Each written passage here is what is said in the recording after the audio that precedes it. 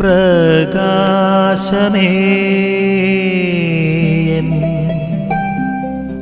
മിഴി തുറക്കുക വേഗം.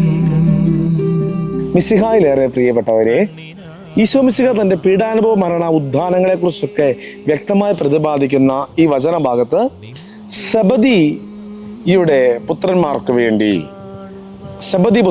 വേണ്ടി അവരുടെ അമ്മ നടത്തുന്നൊരു മാധ്യസ്ഥം, കർത്താവേ നിന്റെ ഇടതുവശത്തും വലതുവശത്തും എൻ്റെ മക്കളെ ഇരുത്തണം, വേറെ ആരെയും വേണ്ട എന്ന് പറയുന്ന ഒരു അമ്മയുടെ രോദനമാണ് നമ്മളിവിടെ കണ്ടുമുട്ടുക.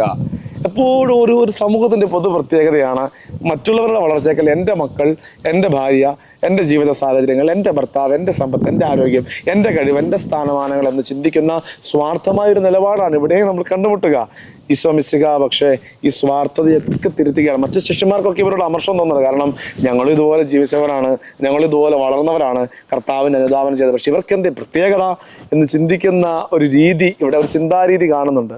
നമ്മൾ ഈ വചനം കേൾക്കുമ്പോൾ നമ്മൾ പ്രാർത്ഥിക്കേണ്ട കാര്യമുണ്ട്. ജീവിതത്തിൽ അധികാര കസേരകളോ അല്ലെങ്കിൽ മറ്റ് സ്ഥാനമാനങ്ങളൊന്നുമല്ല, ഇതെല്ലാം ദൈവം നൽകുമെന്നുള്ള തിരിച്ചറിവ്. നമ്മൾ ക്ഷമയോടെ പ്രാർത്ഥനയോടുകൂടി ആയിരിക്കുക. നമുക്ക് ആവശ്യമുള്ളതെല്ലാം ദൈവം നൽകുമെന്നുള്ള തിരിച്ചറിവ്. ഞാൻ ബലം പിടിച്ചെന്നെങ്കിലും നേടിയെടുക്കുന്നതിനേക്കാളും ആവശ്യമുള്ളവയെ ദൈവം നൽകുമെന്നുള്ള തിരിച്ചറിവിലായിരിക്കുവാൻ, ക്ഷമയോടെ ദൈവസന്നിധിയിലായിരിക്കുവാൻ, കർത്താവിൻ്റെ ഹിതവും സ്വരവും തിരിച്ചറിയുന്നവരായി തീരുവാൻ ഉള്ള കൃപ ഞങ്ങൾക്ക് നൽകണമേ എന്ന് നമുക്ക് ആത്മാർത്ഥമായി പ്രാർത്ഥിക്കാം. ആമേൻ. നിൻ വഴിയേ നടക്ക